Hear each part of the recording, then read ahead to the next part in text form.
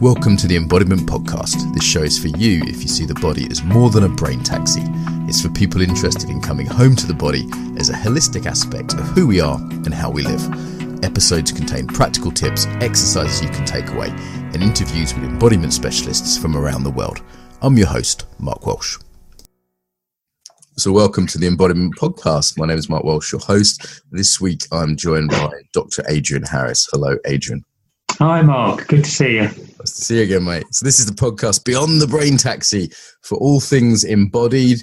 Will be of interest to people, whether they be dancers, martial artists, body therapists, body workers, all kinds of people. Today we're joined by Adrian. Adrian's an old friend of mine. I've known you for what, 7 or 8 years, Adrian? At least that, I'd say, yeah. Quite a while, yeah, through the embodiment world. Adrian is a trained counsellor. He did a PhD in embodied knowing. He's qualified in focusing. Adrian's known in the pagan scene for his work. I think of him primarily as an eco-psychologist. We're going to kind of get into a bit of what that is. Anything I missed out there, Adrian, on sort of qualifications front? That's long-term yogi? That'll do. I do yoga every day, but I wouldn't want to pick that up too much, but that's definitely part of my practice. Great. So I think of you as like the body guy who's particularly interested in place. So that's going to be our primary topic today, that we're not just embodied in our own little skin, but we're in place. How did you get into this area, Adrian? What was your sort of journey into getting interested in embodiment and place? Well, it went back to my days of pagan practice. So I was spending a lot of time doing ritual work. It occurred to me that sometimes when I did a ritual, after the ritual, I'd know something that I didn't know before. Yeah. It wasn't the cognitive. It wasn't my head that knew it. It was somehow my body that knew something. And I was like, this is weird. What the hell is this? And I was talking about somatic knowing back then. Started looking into it, found out that a lot of people talk about embodied knowing, and that was really what was going on. And that led into my PhD. Right, and you actually did your PhD, was it road protesters? Is that right? Well, it's pagans who have environmentalism as their core practice. Yeah. So even pagans. And what embodied knowing meant for them, how it actually impacted on their activism, how it supported them. In the process of that, it kind of opened up to, whoa, this embodied knowing thing is huge, absolutely enormous. Yeah. Before we get into embodied knowing, I'm aware that audience is going to be from around the world. They might not be so familiar with the sort of pagan scene. So is that sort of leather trousers and mead and kind of witches and things like that? What's the deal with that, Adrian? A little stereotype there. The paganism, contemporary paganism, it includes a whole range of different practices. There's modern druids, there's witches, there's people who identify as shamans, but there's also a lot of people who just have a real sense of the sacredness of nature. That's really where I put it. And it's a big part of spirituality in the UK, isn't it? I mean, the sort of Christians never quite got rid of it. It's always there. You'll see the white men on the hillsides in Britain, the different... I spent my youth dancing around maypoles, it's a giant phallic object. This was I personally wasn't dancing, it was the girls who danced, but it was a, part of the sort of harvest festival growing up in a fairly conservative little village, so it's part of village life in the countryside in England.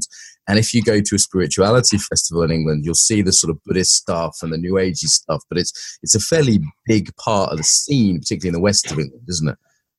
Yeah, I think you're right. It's kind of it's part of our culture, and it goes back as far as you want to go, and it stayed there. It stayed there as a kind of a background. So I think I wouldn't quite say it's mainstream, but it's kind of been part of the kind of the culture that we've lived in for forever, I would say. It's not far under the surface, is it? Like, I was dancing in a church last night, and before it was a church, it was a pagan site. And there's, that because there's an elm tree right outside, right, which is the sort of typical place where churches were built on pagan sites. And now there's people dancing for rhythms in there, many of whom are kind of, pagan hippies.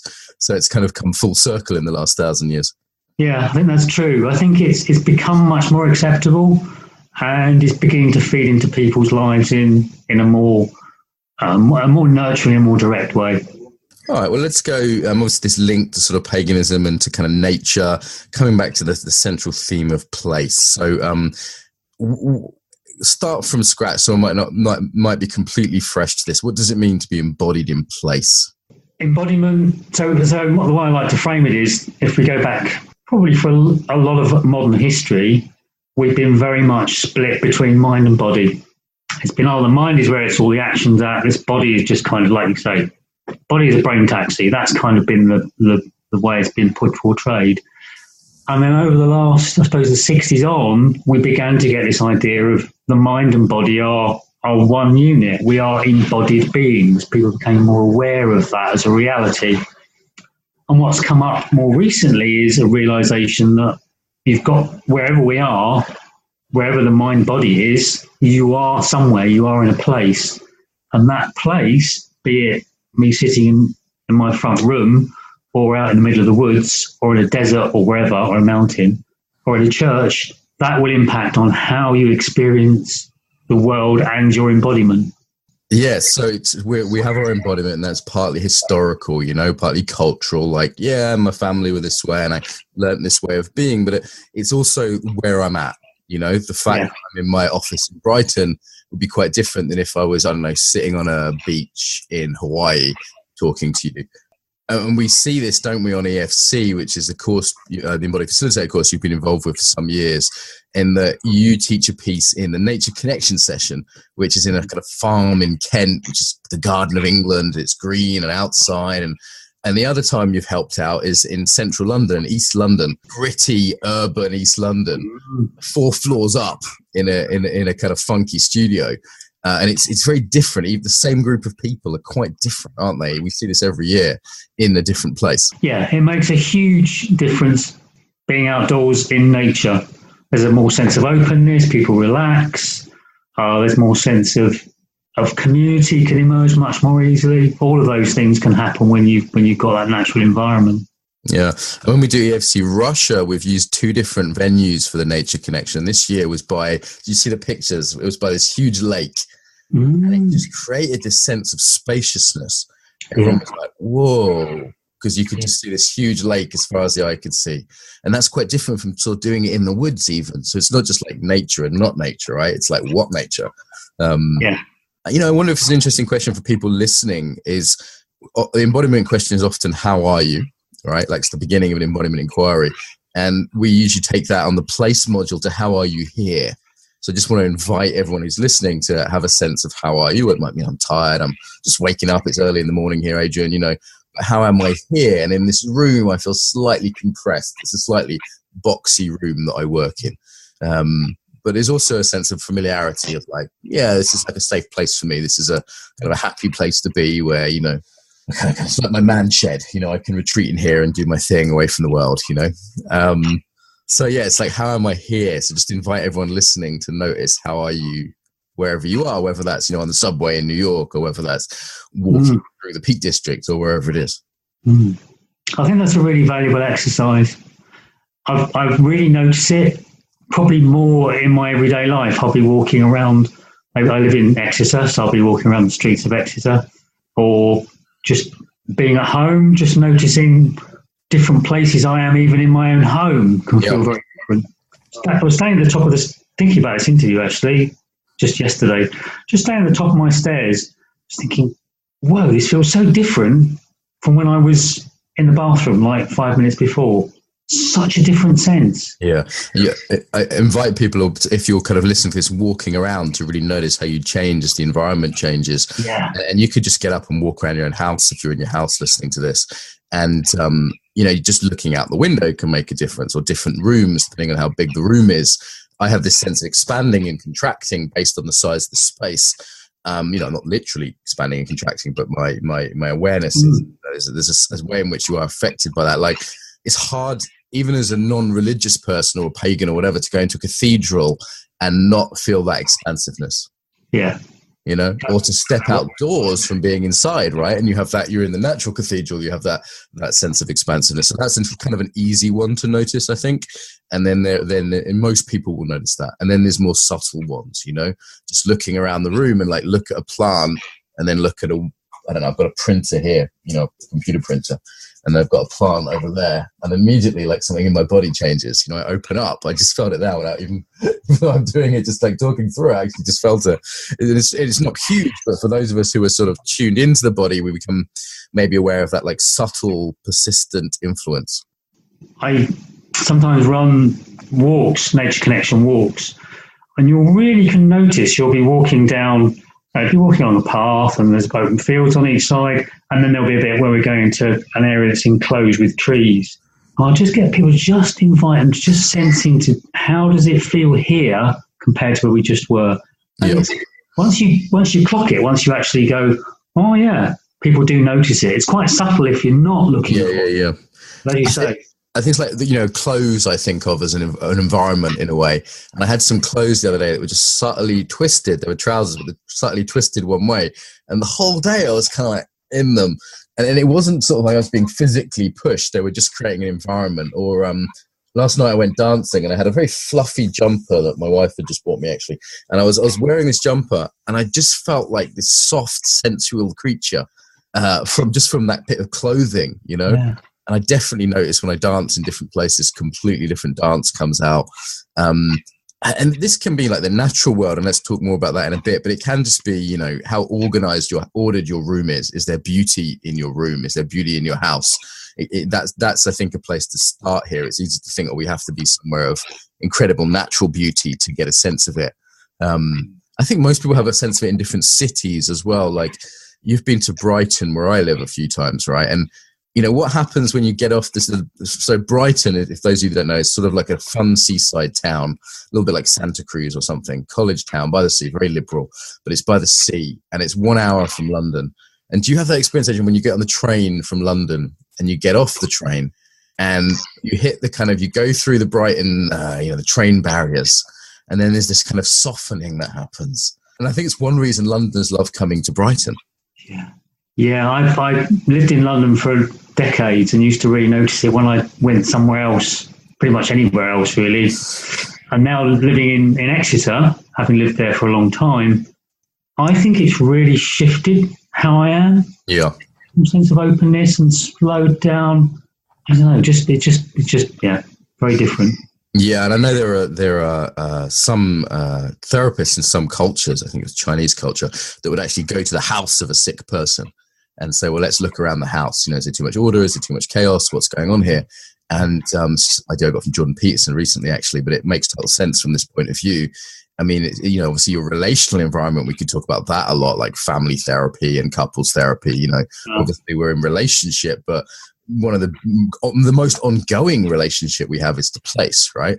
Like, that's a relationship we're in continuously, and it might be a subtle influence, but it's exerting a force. And the difference between, say, Exeter, which is a sort of small old town for people that don't know it, and London, which I imagine most people do, is fairly, like, that's a subtle but persistent difference, which over the course of, how long have you been there now? A couple of years? 2.5 years. Yeah. In Exeter. Yeah. Yeah. So it's like over the course of years, that's going to really make a difference to who someone is, right? Yeah. Yeah.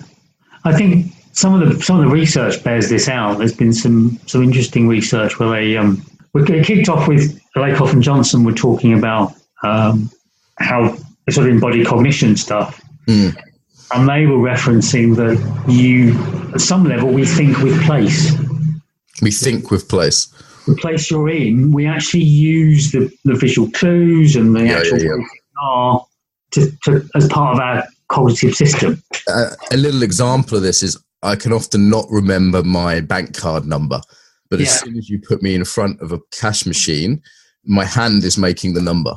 Yeah, absolutely. That environment, which is totally triggering and stimulating that's a very simple example, but that particular memory. Yeah. There's a great bit of research that I was reading about quite recently. The whole thing about thinking outside the box. Yeah, we think of that as a metaphor, but some researchers built a cube with open sides so people get into it, outside it, put a bunch of participants in the box, gave them a puzzle to work out, had another bunch of participants outside the box. The people outside the box solved the puzzle quicker. That's quite amazing. They took something quite literal like that. And we do live in boxes, don't we? I mean, we live in square, linear environments. Like if I look up, I can look at the corners of this room, there's right angles, and that's just not something you see much in nature, is it? I mean, you'll see like maybe a straight oak, but then you look at it closer and it's slightly spiraling.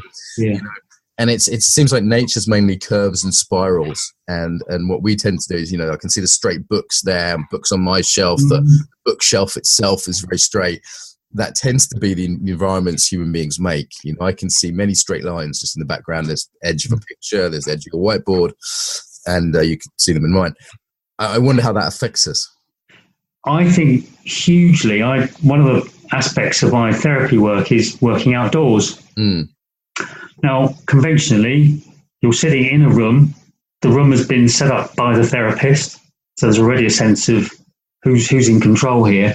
Yeah. But if you take that outside, even into a local park, the space opens up physically, immediately. You've got horizons, you've got options of where you go, you've got the sky above you. The whole space opens up. Not only our whole sense of embodiment, it's almost like the client's mind opens up in a different way. Yeah, I think walking, and it seems to get people's ideas moving quicker. Yeah. Just coaching as well is normally done sitting in a chair, like therapy or counselling. And there's not really any reason for that I can tell, other than maybe sort of convenience. But, I've walked along coaching clients along Brighton Seafront. You can walk for an hour very easily, and come back to the centre of town where you started afterwards. It's fairly convenient. And I've noticed that people's ideas just shift much more when they're shifting, when they're moving. Yeah. Individual embodiment. I also noticed the environment tends to inspire ideas. They'll look at a cloud and say, maybe I should lighten up. Or they'll look at the sea and say, maybe I should go with the flow. Or they'll look at the rocks and say, I need to be firm about this. Like we teach a 4 elements model on EFC. And, module 1, we're like doing it abstractly in London. And then module 3, they're like literally in the river and making fires and in the dirt, camping on the ground and having the wind on their cheeks. And it's such a different experience to do it as an abstract metaphor, to do it as a sort of lived reality. And they go, oh, that's what it means to be earthy. And there's like this physical sense of actually getting it. I see a lot of people like lie on the ground on that module. And on the other module, we're 4th floor studios, we're 4 floors up, we're like birds, And that's not bad. It's just different, right? Like I don't want to kind of make it always right to be in the trees. We should be living this kind of slightly romantic notion. We should always be outdoors or out in the trees. But, certainly in January in Britain, that's not always a good idea. But, just to be aware that there are impacts of the environment, whatever. Like I can hear seagulls now in the background. There's a certain environment that we're always in. And now it's like my sound environment, right? Yeah, that's another dimension, isn't it? Inside, I've got a few kind of steady sounds going on in here, but outside you've got an aural environment that's changing all the time. Yeah, not just the aural, what would be the word? Sound environment. Sound environment, stick with that. Let's not get into aural now, Adrian. It could go rapidly downhill. It was having such a good conversation. So in terms of sound environment, it's not just that, is it? It's all the senses are much less stimulated, much less, they're much more random outside. Let's take, the wind on my chin or the sun on my face. Yeah. It tends to be fairly inconsistent, like clouds coming in front of the sun, the wind comes and goes. And noises come and go, birds fly, whatever it is. So you're getting constant low-level stimulation. So it's not like looking at an action movie, right? But you've got this changing, shifting environment. I think the other one is it's not always super comfortable. Like I'm in a chair which is designed to be maximally anesthetizing. Maximally like so comfortable I don't even notice it's there and I can focus on the computer screen all day. That's how it's designed. Whether they did that or not, that's what they've aimed for. And I've got my heater on so I'm not too cold. It's starting to get a bit chilly now. I just literally flicked a switch and that got rid of the cold 5 minutes in. And I wonder just how much of it is there's the sensorial richness of the outside world plus the discomfort. There's 2 ways to go there. Let's go with the discomfort one because that's particularly interesting. There was a therapist I talked to who does a lot of therapeutic work outdoors over a period of time. And we're talking about how do you work, when the weather's bad. And he was saying the bad weather is really an intense part of the whole work, and it really kind of stimulates and provokes things in us. Yeah, that you wouldn't normally get. It's that edginess that comes out. Yeah, and assuming we always used to say in outdoor education, there's no such thing as bad weather or any bad clothes, right? So as long as you've got a decent waterproof and stuff, it's actually possible to do like quite a lot of work outside. But it stimulates, like if there's a storm, it stimulates emotions. It kind of shakes things up in a different way. But I wonder if discomfort generally is something we've got intolerant of physically, and then we have this slight emotional discomfort, and it's too much to handle. In the martial arts or like Ashtanga yoga, like you've done, it gives people an experience of regulating and managing and being with some physical discomfort. It's like we're seeking that now, I can imagine a farmer 1,000 years ago didn't really have to worry about seeking out physical discomfort because they had fleas and they were getting sunburned. There's no such thing as sunglasses or sun cream. In the winter they were a bit cold even if they had a good fire going. I wonder if we just sensorially kind of in sort of sensorial poverty might be the word for it. And in terms of, just that general, like low level, varied stimulation seems to be a part of it, doesn't it? And there is just this sense of being more alive when you're in that environment. I think that's really true. There is this sense of, I like that idea of, what do you call it? Sensorial poverty or impoverishment. I think I just coined a term, Adrian.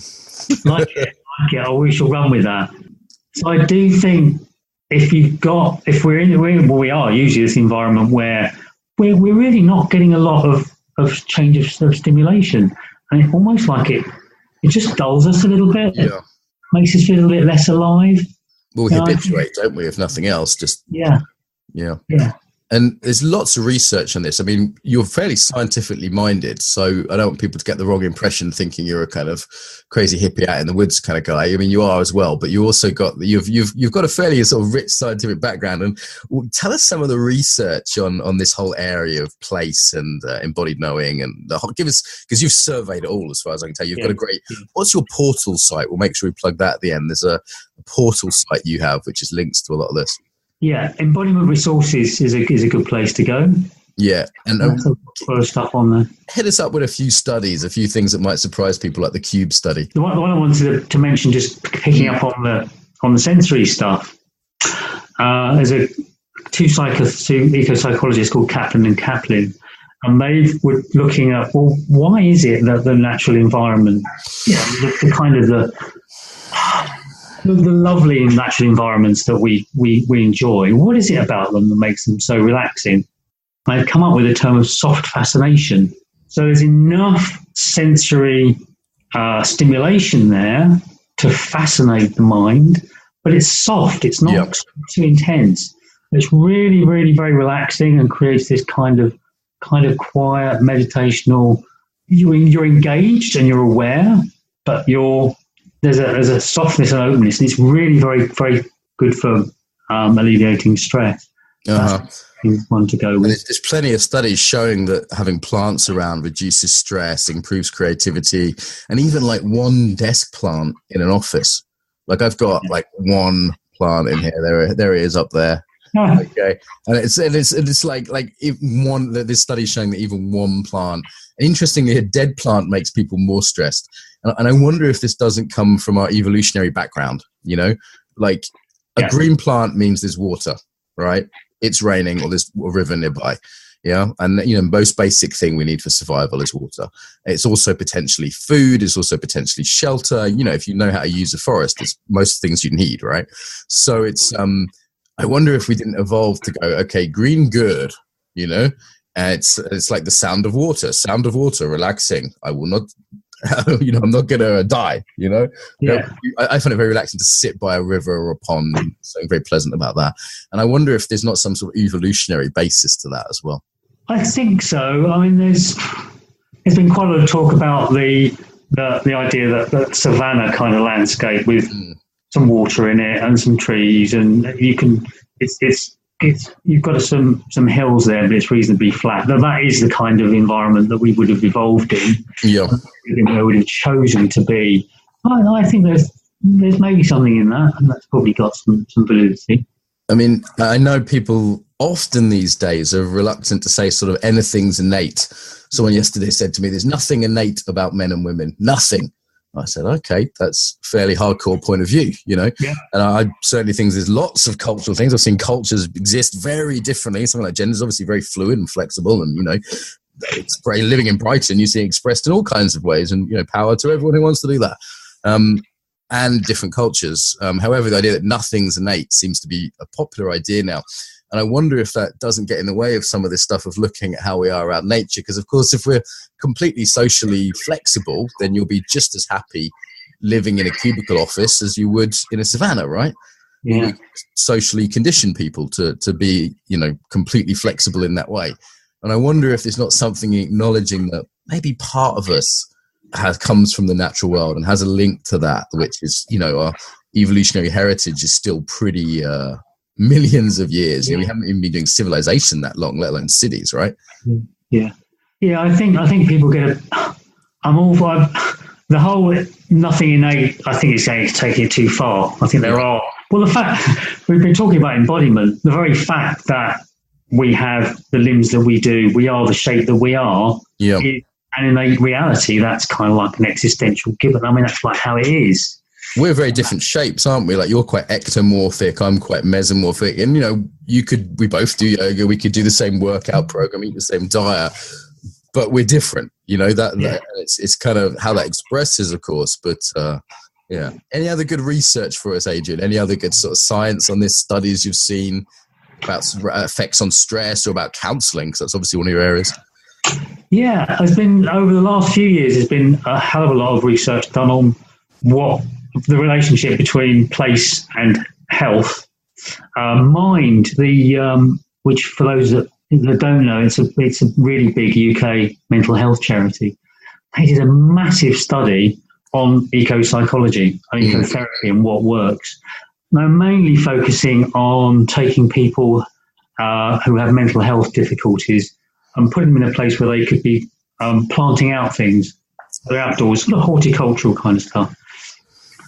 Over a period of years, they spent a lot of time and a lot of research, massive database of information showing that it's hugely helpful to people, hugely healing.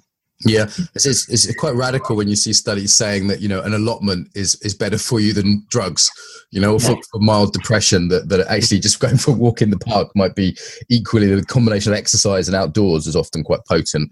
I used to work in outdoor education with young people for some years, about 3 years doing that.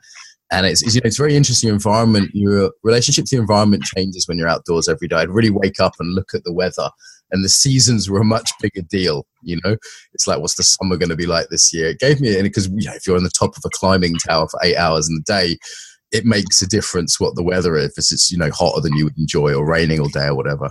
And the other thing I would see children flourish.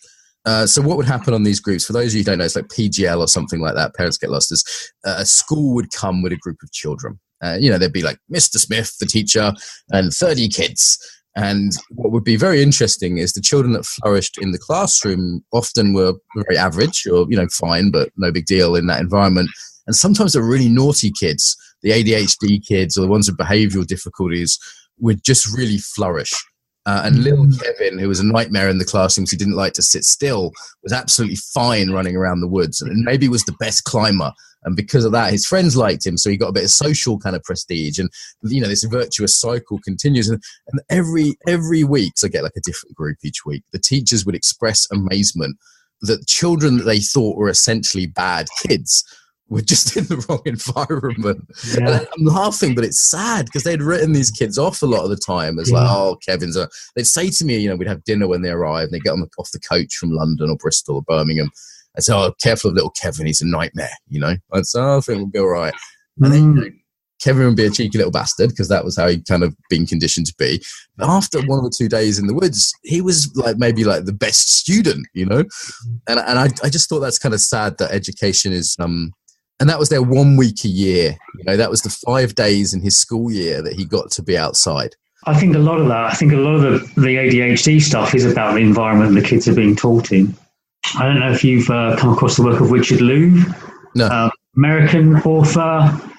He wrote a book called Last Child in the Woods, a few years ago that had a huge impact in America, which is basically about this idea of what he studied. He came up with the term nature deficit disorder. Right. But basically, at some level, we're starved of our connection with nature, and that's having an impact on our mental health. So he was saying, let's get the kids out there because it helps them grow and nurture. It's not just kids, is it? I mean, aside from the sort of lack of movement in the modern classroom, there's enforced sitting, the lack of nature there, in terms of having time. There's the forest schools and, alternatives to that, obviously, but also the adult population. We're the most urbanized population that humanity's ever known. And we're also the most mentally ill, the most addicted, the most suicidal, I think, in modern times, certainly. I wonder how much of that's connected to this. And again, like wanting to approach this topic without a sort of naive kind of hippie idealization of nature. Yeah. Yeah, I think that's always important to keep in frame. Yeah. And without getting too philosophical about it, the whole idea of nature is pretty much a bit of an invention anyway. Yeah. I mean, if you went and talked to some indigenous tribe who lived in the middle of the Amazon rainforest, you talk about nature, they wouldn't know what the hell you were talking about. Well, we have nature and not nature, don't we? That's sort of but bringing it back to some of the research, one of the interesting bits of research was where they looked at what happened when you took a piece of fairly rundown urban environment and you planted more trees there, gave the people more access to just a little bit of green space, not that much, just a little bit more green space. Crime rates dropped. The level of community action increased. It just shifts how people relate to their environment. Yeah.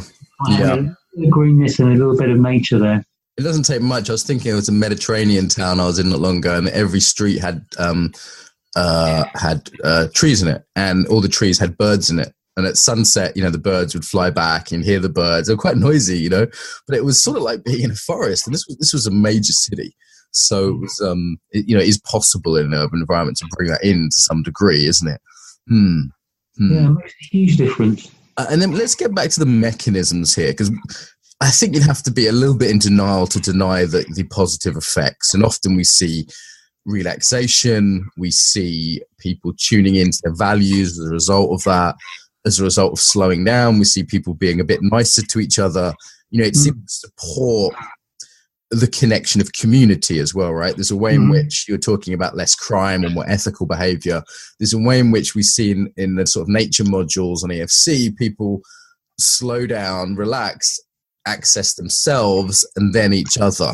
So that process is not just supportive of individual well-being, but also community and connection. Yeah, I think the whole community dimension is quite important to bring in. And it can sometimes get missed out. But it's one of my favourite bits of research that I was really early in all this is what was looking at something they called the wilderness effect. Yeah. So, the idea you take people out into wilderness for several days or maybe a week. This was in America. And a whole load of different powerful changes happen to people. Addiction, right? One of the major things. Yeah. Addiction would drop. They'd have more powerful dreams. They'd have more of a sense of openness. They felt more spiritual, and they felt much more of a sense of community. Yeah. It's almost like when we're in nature and we get that sense of more openness, we kind of have a little bit less of a sense of this is me, that's you. There's space for community to come in somehow. There's something about the horizontal as well. We're often sort of staring dead ahead on screens or maybe driving a car, and there's something about taking in this peripheral. Like I know you do a nice exercise called owl eyes. Yeah. If people aren't driving or whatever right now, maybe you could just briefly lead them through that, because that's a nice way of bringing in first sensorial inclusivity.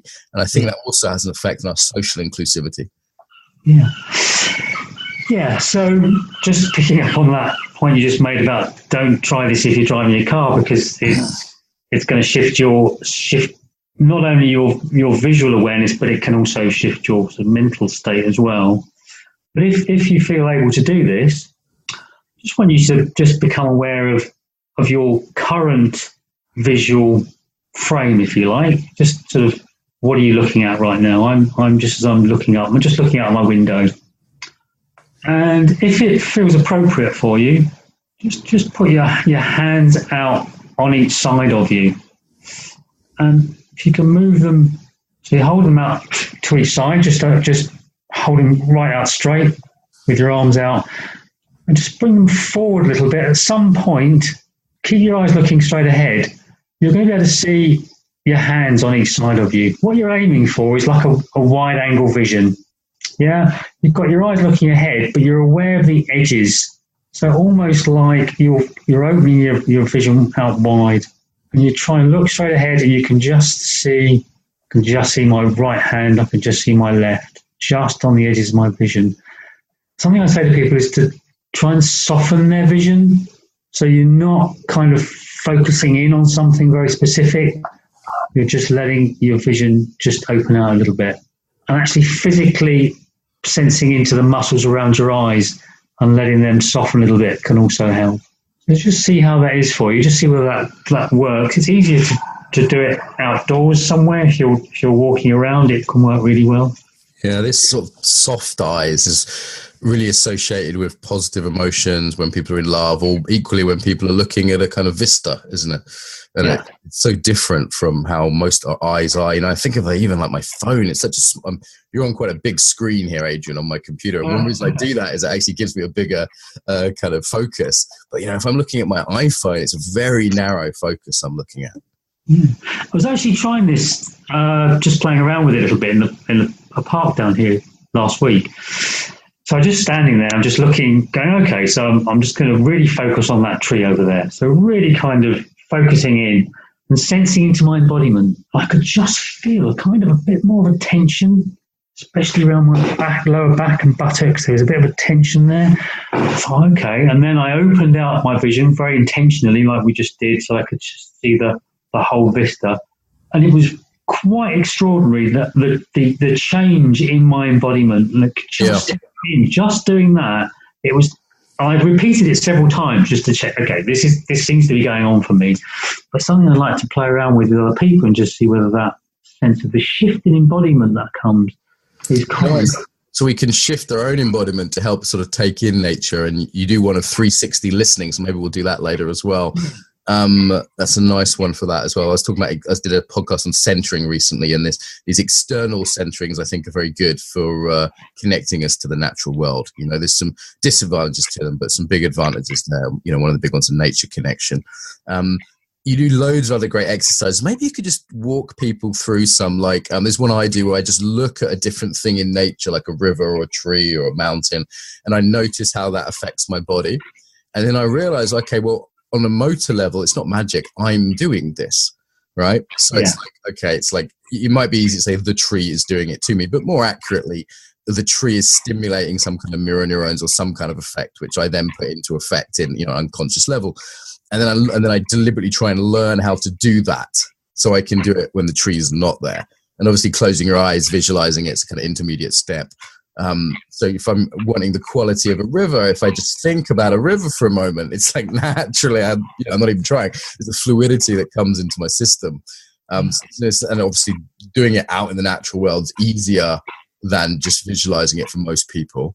So that's a little exercise I use. You do some great ones. What are some of the ones people can take away, simple things people can do? Well, the 360 listening, that's a really good one.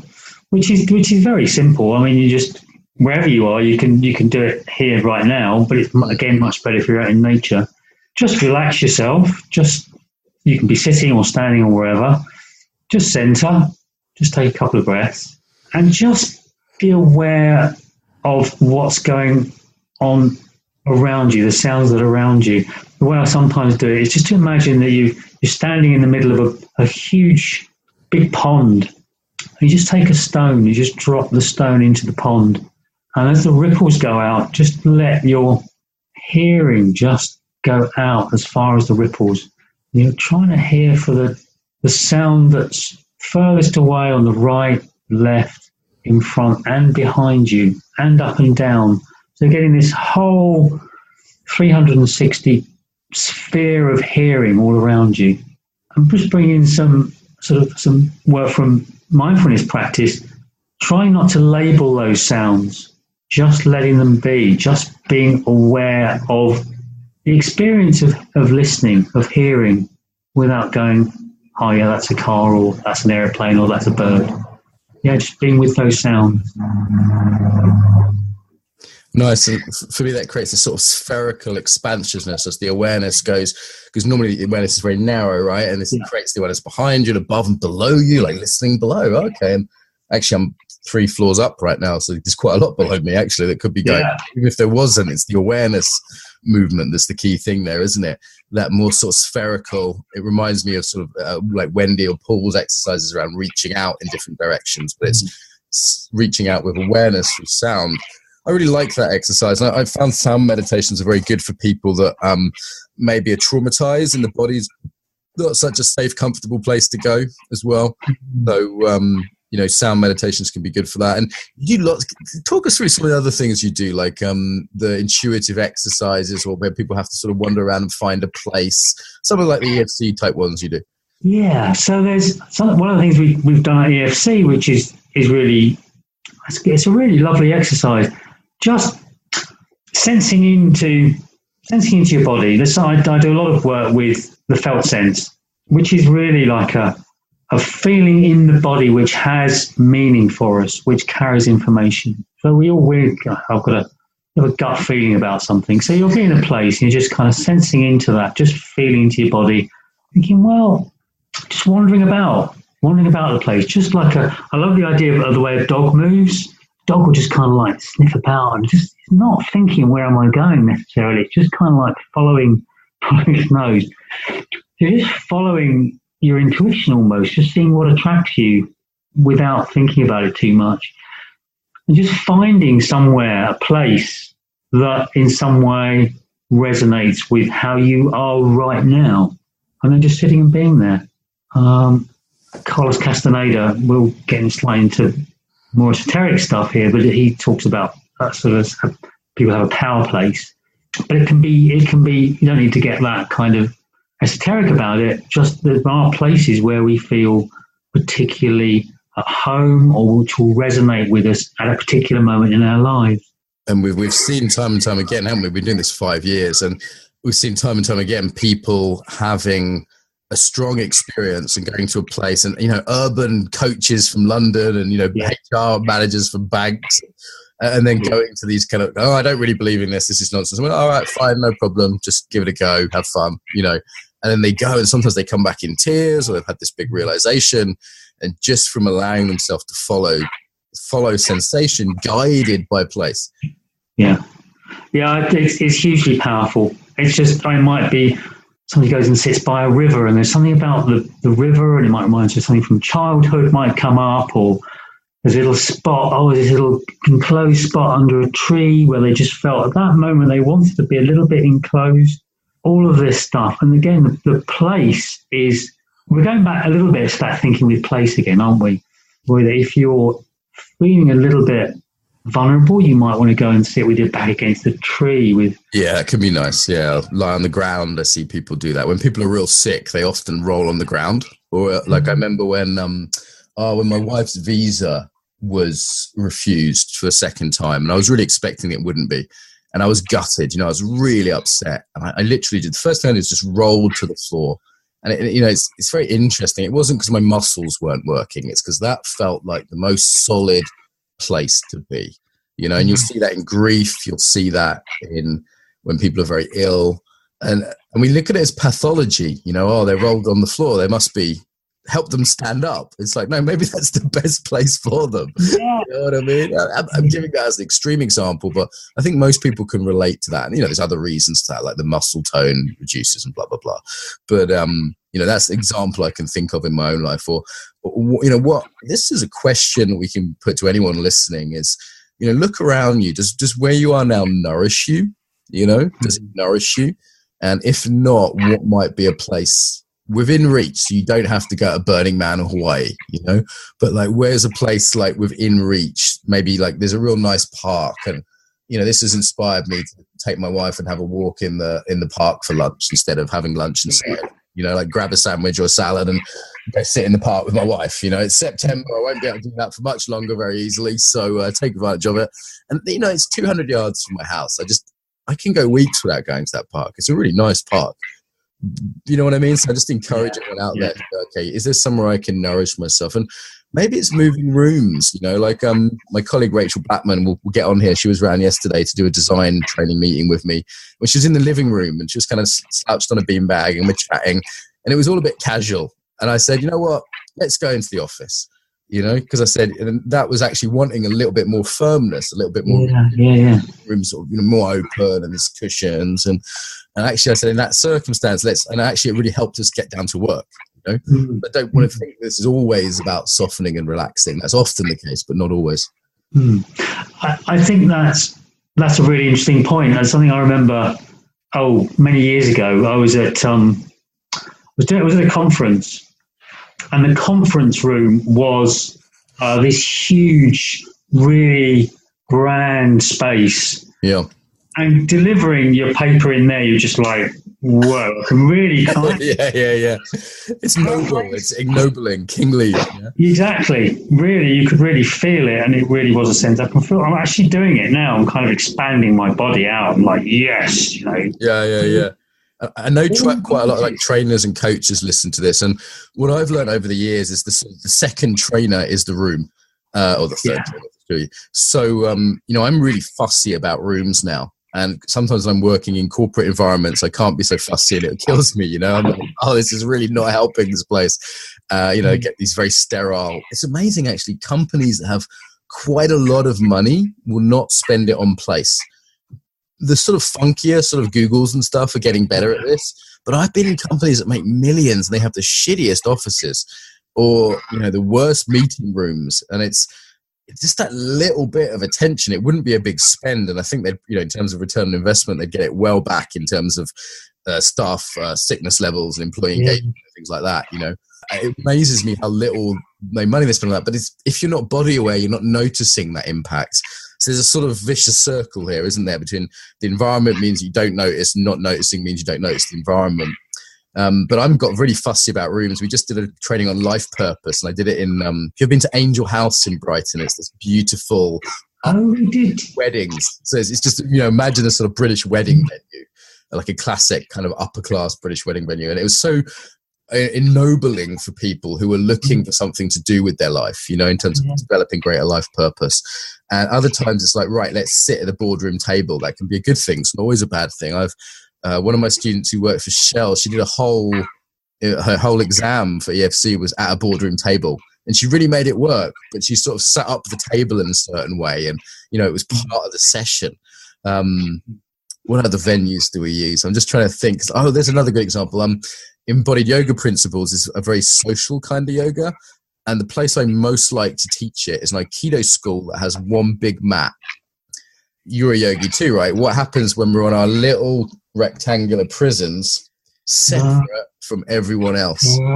It's totally different doing it in a room where there's one big mat. Just imagine Aikido school, the whole floor's a mat. Yeah, remember it. Our own individual, and even that little rectangle makes a difference. And sometimes people would get out their own mats and put it on top of the Aikido mat.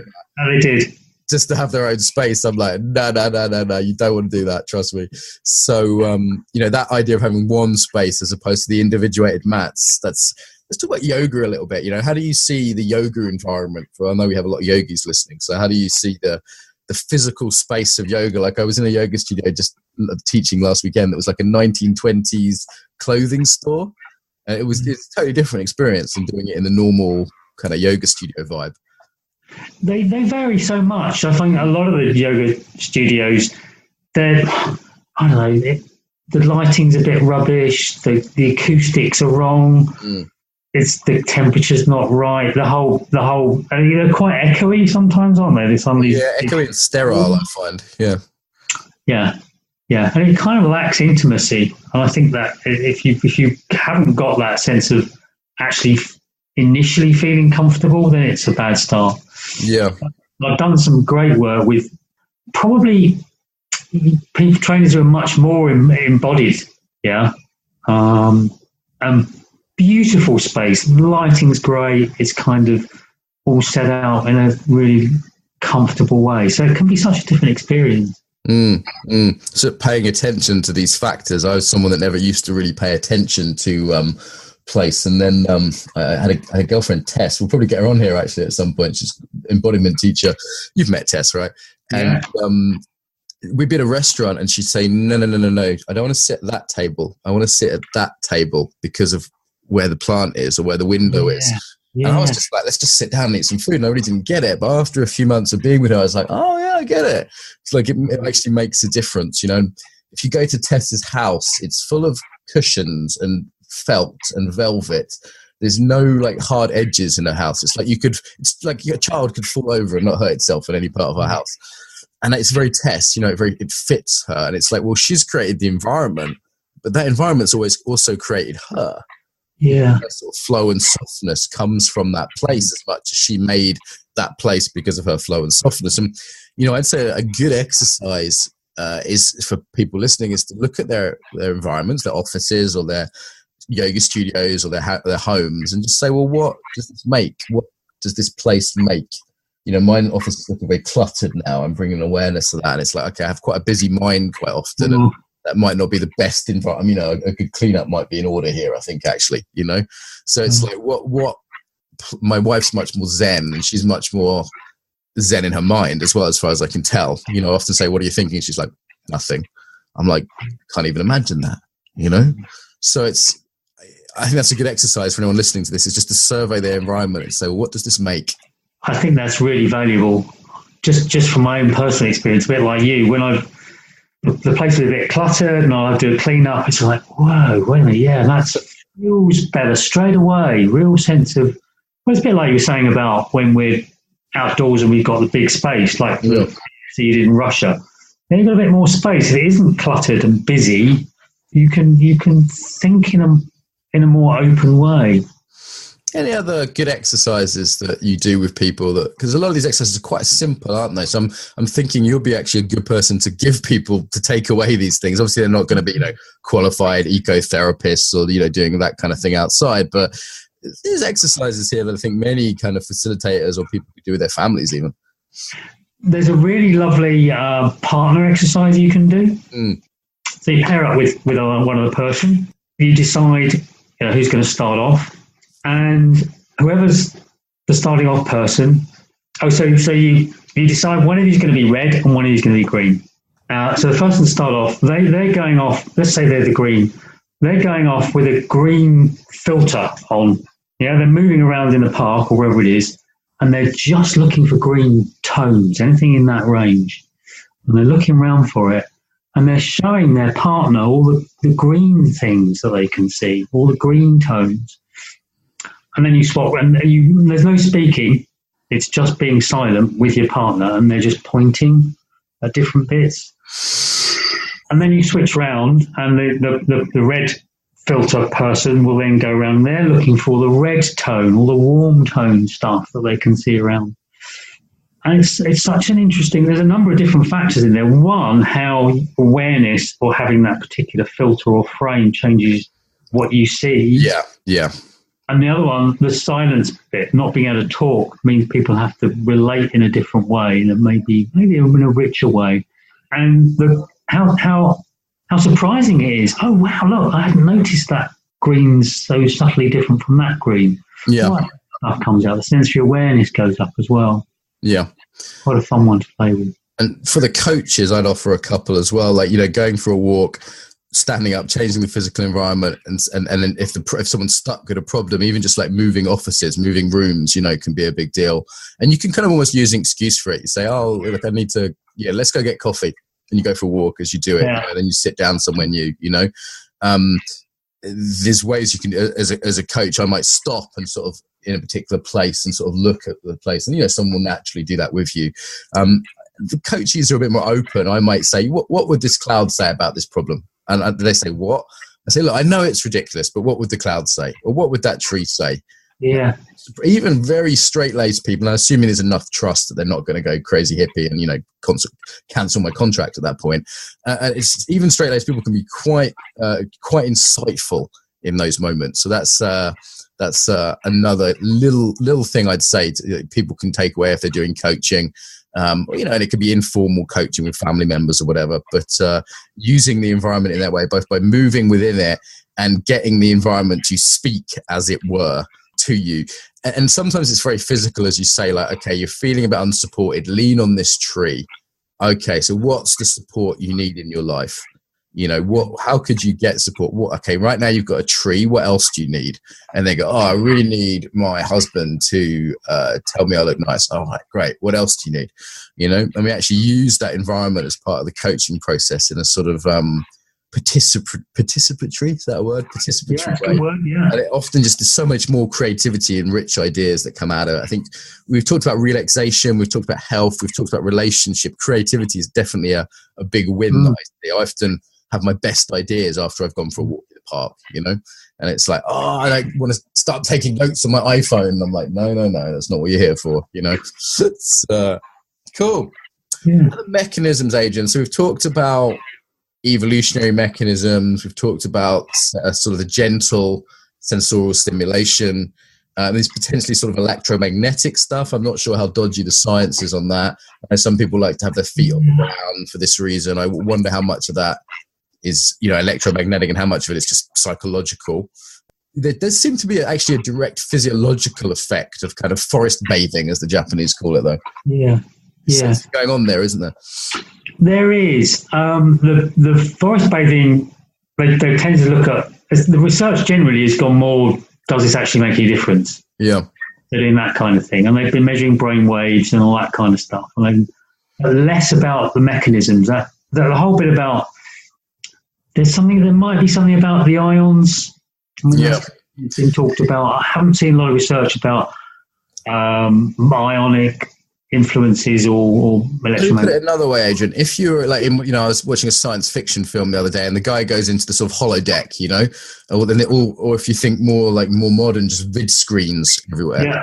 So imagine you went into a room and there was vid screens on every wall, and it had trees on it, and there was bird song. So you had all the visual and auditory stimulus. Maybe you blew a breeze in there, all the stimulus, but they weren't actual trees. They were just videos of trees. Yeah. And I see people that have posters of nature up in their office. And it seems to me that doesn't quite cut it. Yeah. Something else going on, isn't there, other than the visual stimulus, which might be that evolutionary green is good. You can relax. Yeah. But there seems to be something else happening. And even as a fairly skeptical person, that's hard to deny, I think. And that's been borne out by the research. So the first phase was, okay, they found that patients in a hospital who were recovering from an operation were healing much quicker if they happened to be in a room that had a window looking out over the park with some trees in it. Yeah. Oh, okay, that's kind of interesting. Well, we could save some money. This is America. What's the minimum nature we need to give them, Adrian? That's the mentality, isn't it? What's the minimum? So it was the obvious next step is, okay, well, great. If they're just looking out the window, then, maybe we can just have a picture of some plants and some trees. The research found, yes, that helped, but not as much as the... That's what I would have expected, yeah. So that's kind of like, our intuition says, well, that's what... But the research backs that up. Yes, it's better than having a blank wall, but it's not as good as having the actual nature. Yeah. So there is another dimension going on that I haven't come across. I think that's the next phase of the research, is to kind of tease into exactly what this is. I think the wilderness...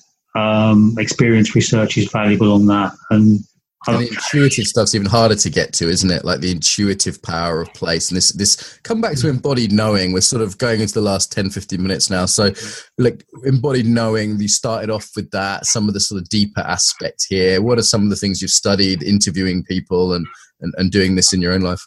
Well, what came out of my PhD research, I kicked off with, so there's this thing called the wilderness effect, which is quite essential to eco-psychology. I spent some of my time living out on a road protest site, basically in a small park. And over a period of months, I was seeing the wilderness effect happening there. But rather than 2 weeks in the middle of Nevada, somewhere out in the middle of nowhere, this was a small park with a few trees, not really all that much, on the outskirts of a town. So nature over a longer period of time you still get those incredibly healing effects, shifts in awareness, community and that kind of stuff. So a real sense of that kind of shift going on. And I then found other ways in which people were forming deeper connections with the natural world. Focusing being one of them, which we talked a little bit about, but that's another topic which I've talked about elsewhere. Mindfulness is incredibly valuable. I think that's a way of deepening our connection to nature, and it when we get that different connection to the natural world, it means we can there's less of a division, and you get that your thinking processes, that embodied knowing becomes richer. We're getting back towards some of the things you talked about the kind of creative. Why don't we point people, first of all, to some general resources, then we'll talk about your specific ones. So talk about Lakoff and Johnson. Who are some of the sort of big names in this field? Like, what would be your top 5 reading list if someone said, wow, I'm a yoga teacher, but this really inspires me, or, I'm a martial arts teacher, I never really thought about it. What would be your reading list for them? There's quite a popular study of all this kind of stuff. It's called Your Body Knows Your Mind. One called, I think it's Elizabeth Beloff, and I can give you the link for that. Really simple. She's a scientist, but she writes in a very accessible way. She's talking about some of the key bits of research. The stuff about which we know about. If you've got somebody holding a mug of warm coffee, they get this sense of, it's warm. They get a kind of embodied metaphor of warmth, and they're much more friendly towards people. Yeah, studies show they give more money and they're more work forgiving and blah, blah, blah. Yeah, which is weird, but that actually happens. So she talks a lot about those kind of embodied, what happens when metaphors are embodied. Lakoff and Johnson, pretty core people to read on the whole embodied metaphor stuff. I'm very interested in some of the work by a guy called Clark, who's a philosopher. Yeah, looking at the extended mind. Mm-hmm. That our thinking, which he talks a little bit about today, that our thinking is extended out into the world. Yeah, and eco-psychology, ecotherapy, kind of top titles there, or people to check out, big names in the field, websites maybe, or YouTube instead. There's a couple of, let me just hold a couple up. That one. Okay, there we go. I can't take it back a bit. Take it back towards your face. I can't see the title. It says eco-psychology. And psychology. And who's it by? There's two actually. That is by Peter Kahn, Kahn, and Patricia Hasbach. Okay. BSc. So people watching on the podcast, it's a very nice looking book. Yeah. So that's a good. That pretty much is one of the more recent ones that's come out. Next to start with. And then you've got sort of Joanna Macy's stuff for those that are a bit more kind of activist inclined, right? There's a whole kind of field around that and kind of connecting. Sometimes we call it the big body, don't we? We talk about the individual body, the body politic, which is the social body. Yeah. Political, but more than that, it's just the kind of way of saying it. And then the big body of nature. So it's kind of, sometimes works into activism and kind of the pagan kind of religious side, but it can just be like, okay, how do you help people in a hospital who want to get well? There's a really pragmatic side to this. Yeah. And that's what I like about it. I think because eco-psychology is such a broad field and it's developing hugely and going off in all sorts of directions. You've got you've got people who are more involved with the spiritual activist end of it, like Joanna Macy. And you've got people like Peter Kahn, who's the editor of that, looking more at the scientific end. He's a bit more hard-edged. He's a sort of MIT guy. We find ourselves in this ridiculous situation again that everyone knows nature's good for you, but it has to be proven now, Yeah. And it's actually fairly easy to prove from what I can see. In some of the studies, the effects are fairly robust. They're not subtle. So it's, I'm glad that people are doing that work. It's just a strange situation to be in the modern world, that we're so disconnected that we need to read a study which says that going for a walk in the park is relaxing. You know what I mean? I'm laughing, but it's kind of sad as well. it is kind of weird. I mean, some people just go to me, well, why the hell are you quoting me all this research? It's bloody obvious. Yeah. But from my point of view, if I want to get funding to do ecotherapy work, they want to see I get it, man. I'm not mocking you. Like in business, it's the same thing. I need to be able to show a study that says, empathic leaders are more effective than non-empathic leaders or whatever it is. And it's, that can be helpful to people. If in doubt, show a slide of a brain with a blob of color on it. If that works every time, if in doubt. It's a good tip. It's my top tip. Forget funding or buy-in until people actually have felt experience of actually doing it for themselves and going, oh yeah, this is obvious. Any other good resources or things out there? I mean, before we go to, your portal website, Bodymind Place. I know you've got, that's your blog, isn't it? Your portal website, was something you mentioned earlier? Yeah, and I love having a blog. You can just kind of explore different ideas. So I do talk about all sorts of different stuff on there, but it tends to be around this general area of body, mind, and place, and what happens when those come together. So I'm talking about some stuff on ecotherapy. I'll be bringing in some stuff about thinking with place. We've got some of the stuff I talked about AFC on there, all sorts.